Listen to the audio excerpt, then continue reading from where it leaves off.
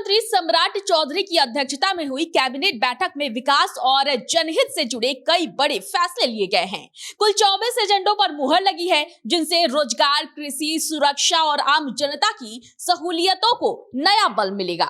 22,000 पदों पर बहाली से लेकर बंद पड़ी चीनी मिलों को दोबारा शुरू करने तक कैबिनेट के इन फैसलों की बड़ी बातें हम आपको इस वीडियो में बताएंगे। लेकिन उससे पहले नमस्कार, मैं हूं आपके साथ प्रीति और आप देख रहे हैं सच टॉक्स। कैबिनेट बैठक में लिए गए बड़े फैसलों में सबसे पहला कदम है आंगनबाड़ी सेविका और सहायिका के 22,000 रिक्त पदों पर बहाली का, जिससे हजारों परिवारों को रोजगार मिलेगा। इसके साथ ही बिहार खेल नीति 2026 को मंजूरी दे दी गई है, जिसके तहत खेल छात्रवृत्ति और प्रतिभा पहचान कार्यक्रम शुरू किए जाएंगे। बुजुर्गों को राहत देते हुए अब 75 वर्ष या उससे अधिक आयु के वरिष्ठ नागरिकों को घर बैठे जमीन और प्लॉट की रजिस्ट्री की सुविधा दी जाएगी। भ्रष्टाचार पर सख्त कार्रवाई के लिए पटना और मुजफ्फरपुर में 3 नए स्पेशल कोर्ट खोले जाएंगे।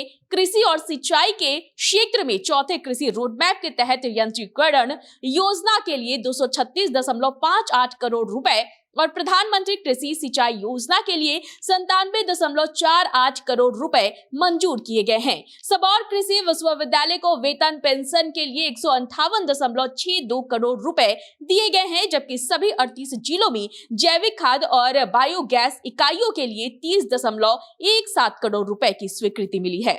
वहीं पेयजल व्यवस्था मजबूत करने के लिए किशनगंज जलापूर्ति योजना हेतु 53.71 करोड़ रुपए और लखीसराय के लिए 150.96 करोड़ रुपए दिए जाएंगे। आवागमन और सुरक्षा की दिशा में जमुई के NH 333A पर 2 नए RCB पुलों का निर्माण होगा, जिन पर करीब 150 करोड़ रुपए खर्च किए जाएंगे। पुलिस विभाग की वित्तीय शक्तियां बढ़ाई गई है। फॉरेंसिक जांच संस्थानों को गृह विभाग के सीधे नियंत्रण में लाया गया है और सरकारी पारदर्शिता के लिए ई कैबिनेट व्यवस्था लागू करने की मंजूरी दी गई है। इसके साथ ही पटना में NIA के कार्यालय और आवास के लिए जमीन हस्तांतरित होगी। कैबिनेट का 22वां सबसे महत्वपूर्ण फैसला उत्तर बिहार के किसानों और उद्योगों से जुड़ा है। दरभंगा के रैयाम और मधुबनी के सकरी में लंबे समय से बंद पड़ी चीनी मिलों की जमीन पर नई सहकारी चीनी मिल और बाय प्रोडक्ट्स इकाइयों की स्थापना की जाएगी। इनका संचालन जो है वो इंडियन पोटास लिमिटेड यानी कि IPL के द्वारा किया जाएगा, जिसमें स्वीकृत परियोजना लागत का 40% वित्तीय सहायता राज्य सरकार प्रदान करेगी।